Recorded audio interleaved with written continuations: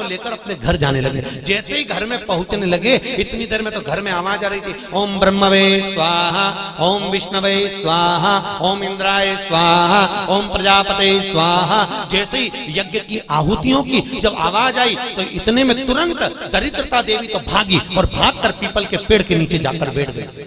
दूसरा मुनि ने कहा, दरिद्रता चलो, ज्येष्ठा ये अपना घर है, तुम्हारा ससुराल, चलो। ज्येष्ठा देवी कहती है, महाराज मैं नहीं जा सकती, पहले या तो यज्ञ बंद करवाओ, पूजन बंद करवाओ, पाठ बंद करवाओ, अनुष्ठान बंद करवाओ, तब मैं तुम्हारे घर में आऊंगी। क्योंकि दरिद्रता उसी के घर में प्रवेश करती है जिसके घर में कभी पूजन पाठ नहीं होता। तो मैं इस घर में जाऊं कैसे? इसके घर में तो पूजन पाठ हो रहा है, मैं नहीं जाऊंगा। भगवान नारायण ने लक्ष्मी जी से विवाह कर लिया। दुस्सहा मुनि की पत्नी दरिद्रता पीपल के पेड़ के नीचे रहने लगी। इसलिए हमारे यहाँ हिंदू धर्म में पीपल का पेड़ घर में नहीं लगाया जाता, क्योंकि उसके नीचे कौन रहती है? जम के बोलो, दरिद्रता रहती, ज्येष्ठा रहती। अब दरिद्रता का निवास हो गया पीपल के पेड़ के नीचे। भगवान नारायण लक्ष्मी जी को लेकर घूमने के लिए चले। चलो थोड़ी देर, लक्ष्मी जी बोली मेरी बहन से नहीं मिले, चलो जरा मिलने। भगवान ने कहा चलो मिल के आते हैं। और जो भगवान मिलने के लिए गए तो लक्ष्मी जी उनके लिए मिठाई का डब्बा ले गए। अपन किसी के यहाँ जाते हैं तो मिठाई लेकर जाते हैं, मिठाई ले गई और मिठाई ले जाकर जो दिया, दीदी ओ दीदी, दीदी बोली हाँ ले, मैं तेरे लिए क्या लाई हूं, ले। और जो मिठाई का डब्बा दिया, इतने में दरिद्रता ने खोल कर देखा तो उसमें मिठाई थी।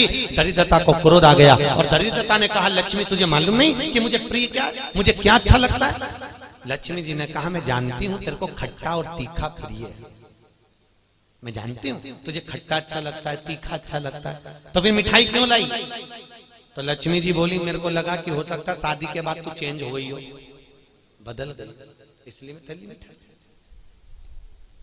मिठाई का डब्बा उठाकर फेंक दिया दरिद्रता, और दरिद्रता ने फेंका। भगवान नारायण देख रहे थे। लक्ष्मी जी ने कहा चलें? भगवान विष्णु के चलो, चलिए। ये दरिद्रता को खट्टा और तीखा प्रिय है और लक्ष्मी को जम के तो बोलो मीठा है। इसलिए हमारे हिंदू धर्म की रीति है, आज भी दुकान के बाहर, घर के बाहर नींबू मिर्ची टांगी जाती है, मिठाई रसगुल्ले नहीं। क्या टांगते हैं? नींबू मिर्ची। और मिठाई कहां रखी जाती है? घर के अंदर। तीखा और खट्टा बाहर और मिठाई अंदर। उसका केवल, कई लोग कहते हैं नींबू मिर्ची इसलिए टांगते हैं नजर नहीं लगे। नजर नहीं, लक्ष्मी और दरिद्रता ये दोनों बहन का नियम है। प्रतिदिन सुबह से लेकर शाम तक ये प्रतिदिन घूमने के लिए निकलती हैं। प्रतिदिन ये इनका काम ही है घूमना, दोनों बहनों का, दरिद्रता और लक्ष्मी का। जब इनको भूख लगती है तो दोनों घर में प्रवेश करना चाहती हैं, और जैसे ही घर में प्रवेश करना चाहती हैं तो जिसके जैसी दोनों चलती हैं तो इतने में दरिद्रता देख लेती है कि मेरा भोजन तो बाहर ही टंगा है, तो दरिद्रता खाकर बाहर की बाहर चली जाती है और लक्ष्मी मिठाई के चक्कर में अंदर प्रवेश कर जाती है। लक्ष्मी लक्ष्मी अंदर प्रवेश कर।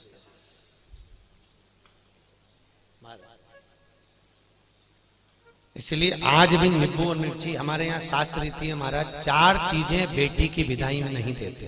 कितनी चीजें? 4। पहली झाड़ू, क्या? झाड़ू। दूसरे नंबर पर चलनी, आटा छानने की चलनी। दूसरे नंबर पर चलनी, तीसरे नंबर पर सुई, और चौथे नंबर पर अचार की बरनी। बेटी की विदाई में नहीं दी जाती। अगर ये 4 चीजें बेटी की विदाई में, माँ बाप ऐसे होते हैं कि कुछ सोचते ही नहीं है, मेरी बेटी जा रही है, रख दे अचार रख दे, तो माँ भी इतने प्रेम से अचार की बरनी भर भर के रख देती है। उनको समझाओ, जिसके घर में ये 4 चीजें मायके की चली जाती है, सुई, झाड़ू, चलनी और अचार, उसका घर फूटने में देरी नहीं लगती महाराज, याद रखिए। उसके घर में फूट डले, पति पत्नी में फूट डलेगी, सास बहू में फूट डलेगी, भाई भाई में फूट डलेगी, तो लोग कहते हैं अच्छा खासा परिवार था, जब से बहू आई तब से घर में ऐसा उपद्रव मच रहा। उपद्रव क्यों मच रहा है? उसका कारण है क्योंकि तुम उसके घर का अचार खा गए। वो बनवा के लिए ही हो, तुमने खा लिया। और अभी भी कह रहे हो हमारी बहू की माँ बहुत अच्छा अचार बनाती है, तो मंगवा लो, जा और मंगवा लो, खा। महाराज पहले बेटी की विदाई में भेजते थे बड़ी, पापड़, और पहली विदाई में बेटी के भेजते थे बेटी के साथ में मैदे की पूड़ी, एक डलिया में कपड़े में बांधकर। उसमें ना तो नमक डलता था ना उसमें शक्कर डलती थी। क्यों? क्योंकि वो बेटी के विदाई में मैदे की पूड़ी इसलिए दी जाती थी कि हमने ये पूड़ी एकदम फीकी भेजी है, अब चाहे तुम इसमें नमक डालो चाहे इसमें शक्कर डालो, हमने तो हमारी बेटी को तुम्हें दे दिया, एकदम सीधी मैदे की पूड़ी की तरह भेजी है। अब तुम इसमें चाहे कपट भरो चाहे प्रेम भरो, तुम्हारी मर्जी, ये हमने तो दे दी। कन्यादान करे और हम फ्री, हमें कहीं हमने तो देना था, दे दे। इसलिए बेटी के साथ में मैदे की पूड़ी भेजी जाती। मैदे की क्या बोलते हैं उसको, खाजा बोलते हैं, बड़े बड़े ले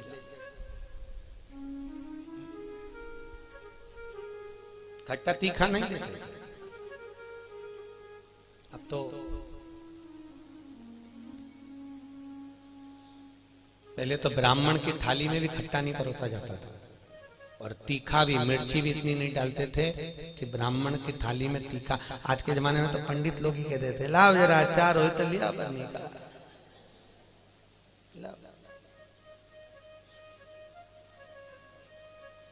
पितरों के जो देवता हैं, किनके देवता? पितरों के। पितरों के देवताओं का नाम है आर्यमा। क्या नाम है? आर्यमा। काय पर बैठते हैं? कौवे पर। काय पर बैठते हैं? कौवे पर। और पितरों के देवता जब आर्यमा श्राद्ध पक्ष में जब घूमने के लिए निकलते हैं तो उनके भोजन में केवल एक मीठा ही दिया जाता है। आज के जमाने में सब्जी बनने लगी साफ श्राद्धों में, नहीं तो केवल खीर और पूड़ी बनती थी, गुलाब जामुन रसगुल्ला बनता था, ये बनाकर खूब खिलाते थे, मंगोड़ा बनता था।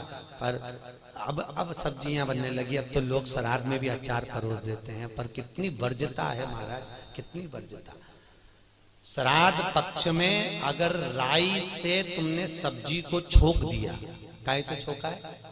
राई से। सब्जी को अगर छोक दिया और वो सब्जी और पूड़ी तुमने छत पर ले जाकर पटक दी, तुम कितना भी कौवा को बुलाना, कौवे का बाप नहीं उसको भोग लगाएगा, लगा ही नहीं सकता। कितनी भी तुम सब्जी अगर राई से छुकी है, और अगर राई बिना सब्जी है तो तुम पटक कर जाओगे, कौवा आएगा और लेकर चलेगा, बुलाने की भी जरूरत नहीं है कि तू आ और खा, तुमने पटका रुखा कर जाएगा। अरे तुमने डाला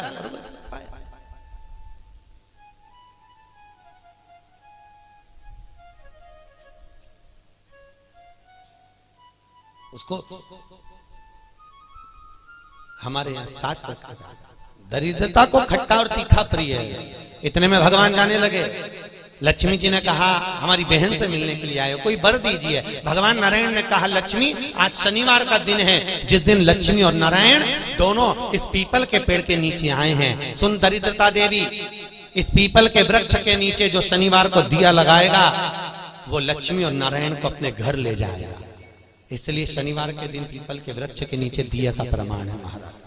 और सुन दरिद्रता देवी, तेरे पेड़ के नीचे जो खाली हाथ आएगा तू उसके घर में प्रवेश करेगी, और जो भरे हाथ से मतलब पानी का लोटा ले जाओ, कंकु ले जाओ, चावल ले जाओ, रोली ले जाओ, कुछ भी, जरा सी शक्कर ले जाओ, गुड़ ले जाओ, आटा ले जाओ, पर पीपल के पेड़ के नीचे कभी खाली हाथ मत जाओ।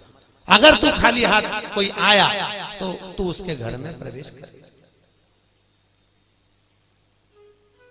दरिद्रता देवी बोली ये तो तूने अपने अपने मन की बात कर ली लक्ष्मी, मेरा क्या पीपल के वृक्ष के नीचे। इतने में तुरंत भगवान बोले तू बोल तुझे क्या चाहिए। दरिद्रता देवी बोलती है 7 दिनों में एक दिन मेरा होना चाहिए पीपल के पेड़ के नीचे। भगवान ने कहा मांग ले, केवल एक रविवार का दिन इस पीपल के वृक्ष के नीचे मैं अपने पति को रिझाने के लिए नृत्य करूंगी, और अगर कोई रविवार के दिन पीपल के पेड़ के नीचे आएगा तो मैं उसके घर में हमेशा के लिए जाकर विराजमान हो जाऊंगी। भगवान ने कह दिया तथास्तु, तथास्तु। इसलिए केवल एक संडे का दिन ऐसा होता है जिस दिन पीपल के पेड़ के नीचे दिया नहीं लगाया जाता, बैठा नहीं जाता, प्रणाम नहीं किया जाता, परिक्रमा नहीं लगाई जाती। केवल जिनकी दीवालों पर कहीं पीपल लग जाता है ना, किसी किसी के घर में लग जाता है दीवालों के ऊपर, तुम कितना भी पीपल उखाड़ना वो वापस लग जाएगा, फिर उखाड़ो फिर लग जाएगा। पर पीपल उखाड़ने का भी एक प्रमाण है, अगर पीपल को उखाड़ना है तो केवल एक रविवार के दिन दीवाल के सामने जहां से पीपल उखाड़ना है वहां पर नींबू और 7 मिर्ची रख दीजिए और उसके बाद पीपल को उखाड़ दीजिए और नींबू को वहां पर काट कर छोड़ दीजिए। उसके बाद कभी दीवाल में पीपल लग ही नहीं सकता उस स्थान पर। अगर एक बार आपने उखाड़ा और उसके बाद नींबू मिर्ची मार दिया, क्योंकि वो खाकर अपना भाग ग्रहण कर कर दरिद्रता चली जाती है, उसके बाद पीपल वहां नहीं लग सकता। लगे दरिद्रता का शास्त्र कह रहा है भगवान जितने स्वरूप में विराज रहे हैं, भगवान ब्रह्मा जी कर रहे हैं ये नारायण का मस्तक का है, इनका चरण का है। भगवान विष्णु बोले ये मेरे भगवान, ये मेरे पिता है। और पिता के मन के बात को जानना, पिता के भाव को जानना, पिता और माता को पहचानना, यह बहुत कठिन बात है साहब। दुनिया का कोई व्यक्ति अपने माँ बाप को नहीं जान सकता। जब तक जिंदा है तब तक लगता है ये मेरे हैं, उसके हैं, ऐसा करा वैसा करा, माँ ने ऐसा करा, बाप ने ऐसा करा, परिवार ने ऐसा करा, कुटुंब। अरे भाई चले गए, उसके बाद में फिर रोते हैं, भोग लगाते हैं। क्या मतलब जीते जी दंगम दंगा, मरे पीछे पहुंचा दी गंगा। क्या मतलब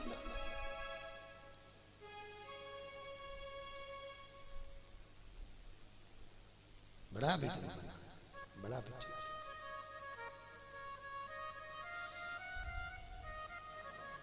कर सेवा तू लगन लगा कर, मन में सच्चा भाव जगा कर, ये की आंखें खोलो रे, जय श्री कृष्णा बोलो रे। तुम मन लगाकर, चित्त लगाकर, अपने मन की वृत्ति को परमात्मा तक ले जाकर भाव से तुम परमात्मा को रिझाओ तो सही। कई लोग कहते हैं हमारी माँ कपट रखती है, हमारे पिता हमको अपशब्द कहते हैं, हमारी माँ हमारी सास हमको आनत। बोलने दो, उनको बोलने का काम है, बोलो। और याद रखना जितनी जितनी तुम्हारी बुराई होगी तुम उतने उतने स्वस्थ होते चले जाओगे, उतने प्रसन्न। आपको पहले कथा कही थी, 4 धाम मंदिर में एक राजा बीमार पड़ गया, उसका काया गलगल कर नीचे टपकने लगी, काया का रोग हो गया। राजा ने सारे डॉक्टरों को दिखाया, इलाज नहीं मिला। तब गुरुजी के पास गया, गुरुदेव मेरे को बीमारी हो गई। गुरुजी बोले डॉक्टर को दिखाया, हाँ गुरुजी पर मैं ठीक नहीं हुआ। गुरुजी ने कहा तेरा बड़ा भाई था कहाँ है? तो कि वो तो मर गया। भाभी है? हाँ। कहाँ है? राजभवन में। एक काम कराकर चुपचाप से किसी को मालूम मत पड़ने देना, भाभी के कमरे के बाहर जब भाभी सो जाए तो चटाई डाल के रजाई ओढ़ के सो जाओ, ठीक हो जाऊंगा। हाँ। अब गुरु तो ऐसे आड़े टेढ़े उपाय बताता है, गुरुओं का तो काम ही, गुरु तो गुरु, बस उनने तो बोलना था बोल दिया।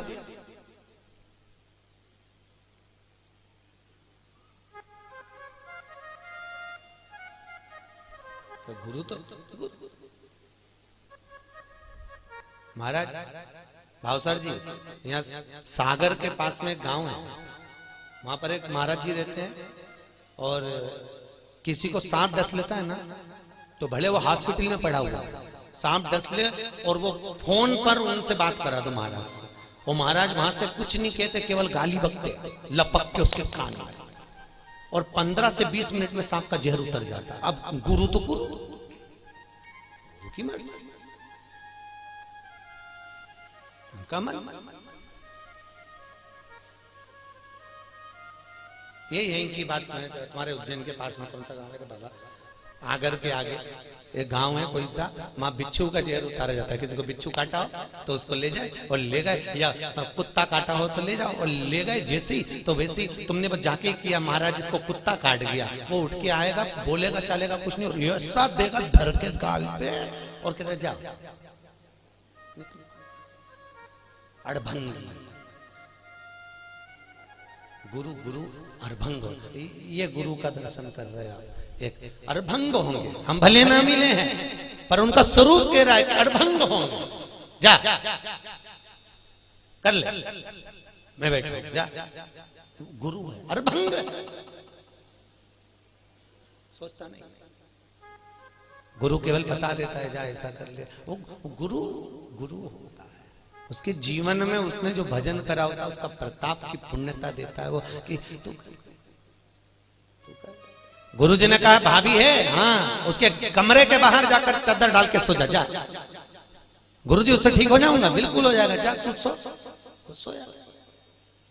एक नौकरानी ने देख लिया, राजा तो भाभी के कमरे में जाके सोता। बताओ भाई मर गया तो इतना खोला राजा। उसने दूसरी नौकरानी से कहा, दूसरी तीसरी से कहा, तीसरी चौथी से कहा, पूरे नगर में बात हो गई कि राजा इतना कपटी इतना खोला कि भाभी के कमरे में जाके सोता, भाई मर गया। पूरे नगर में बात हो गई, लोग थू करने लगे और राजा का शरीर एकदम बढ़िया चकाचक हो गया, एकदम बढ़िया। राजा नरियल लेके गुरु जी के पास गया, गुरुदेव मैं ठीक हो गया। पर गुरुजी में ठीक हुआ कैसे ये तो बता दो। गुरुजी ने कहा अरे राजा तेरे पाप इतने बढ़ गए थे कि तेरे शरीर से टपक टपक के गिर रहे थे। उन पाप को समाप्त करने के लिए मैंने चारों तरफ तेरी इतनी बुराई करवाई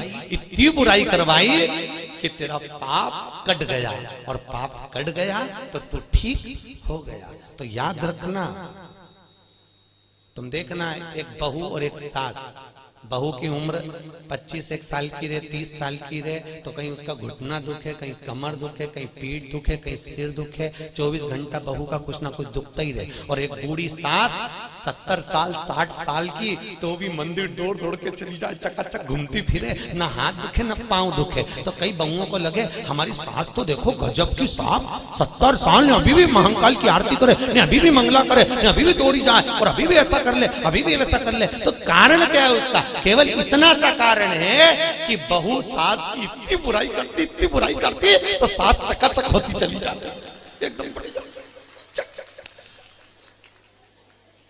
तो निवेदन है आपसे, सास को जल्दी निपटाना है तो बुराई करना बंद कर दो, निपट जाएगा। तो उसका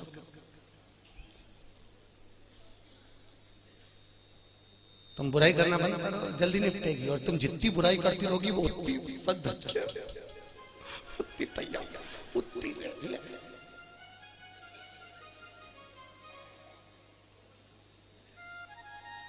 अभी हमारे भावसार परिवार में देख लो, इनकी बड़ी भाभी और एक उनकी बहू, दोनों को, अब दोनों सजी पर डोकरी ओल्ड इज गोल्ड।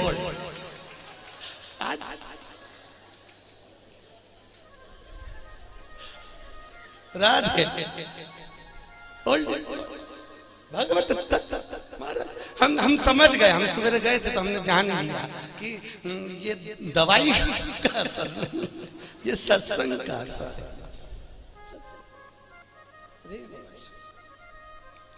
जो दिया है कब